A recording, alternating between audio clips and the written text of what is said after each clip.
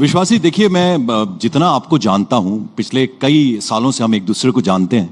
मैं जरा आपसे ये भी जानना चाहूंगा, जब कहते हैं ना कि बड़े पेड़ के साए में जब आपका बचपन बीतता है, कैलाश सारंग जी का मैं जिक्र करूंगा, आपके पिताजी का, तो अपने आप को प्रूव करना, वो ललक आपको कैसे पैदा हुई? क्योंकि बहुत मुश्किल काम होता है कि पिता जब इतने बड़े हों तो उनके स्टैचर को कहीं ना कहीं मैचअप कर पाना मुश्किल होता है, लेकिन फिर भी आपने कोशिश की। देखिए, मुझे लगता है कि ये मेरा बहुत बड़ा सौभाग्य है कि मैं कैलाश सारंग और मेरी माताजी प्रसून सारंग के घर में हुआ।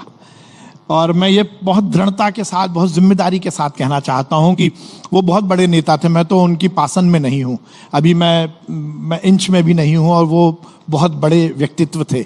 पर ये बात सही है कि एक बड़े परिवार में या बड़े नेता के घर में या बड़े पिताजी के घर में यदि आप पैदा होते हो तो लोग बोलते हैं कि इससे बहुत नुकसान होता है। मैं बोलता हूँ इससे बड़ा सुख और इससे बड़ा सौभाग्य कुछ नहीं हो सकता।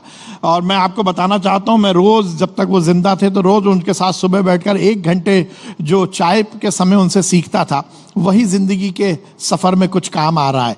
वो बड़े नेता थे, वो बड़े व्यक्तित्व थे, वो बहुत सफल व्यक्ति थे।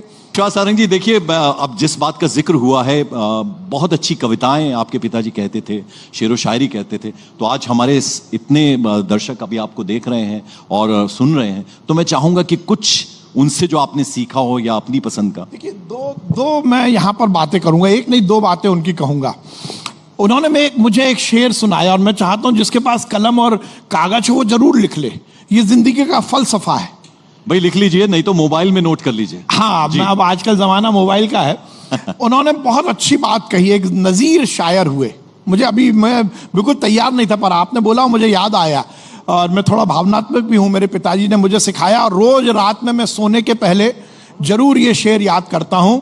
उन्होंने, नजीर ने लिखा था, कुछ इस तरह से काफिले के साथ चल नजीर, कुछ इस तरह से काफिले के साथ चल नजीर, जब तू ना चल सके तो तेरी दास्ता चले। वाह। हम रहे ना रहे, लोग हमें याद रखें, और वो जब ही होगा जब हम कुछ अच्छा करेंगे। तो वो उन्होंने मुझे बताया। और एक शेर और है, उन्होंने कहा, जिंदगी आग पे चलने की कहानी है, जिंदगी आग पे चलने की कहानी है, जिंदगी मौत की भूली हुई निशानी है। अपने मतलब को तो सब जीते हैं, सब मरते हैं, खुद को औरों पे मिटा दे वो जिंदगानी है। और हम चाहेंगे जिस तरह से आप काम कर रहे हैं ऐसे ही करते रहें, और प्रदेश जो है उस अग्रणी होता जा रहा है, और उसको टॉप पर ले जाएं। बहुत बहुत शुक्रिया।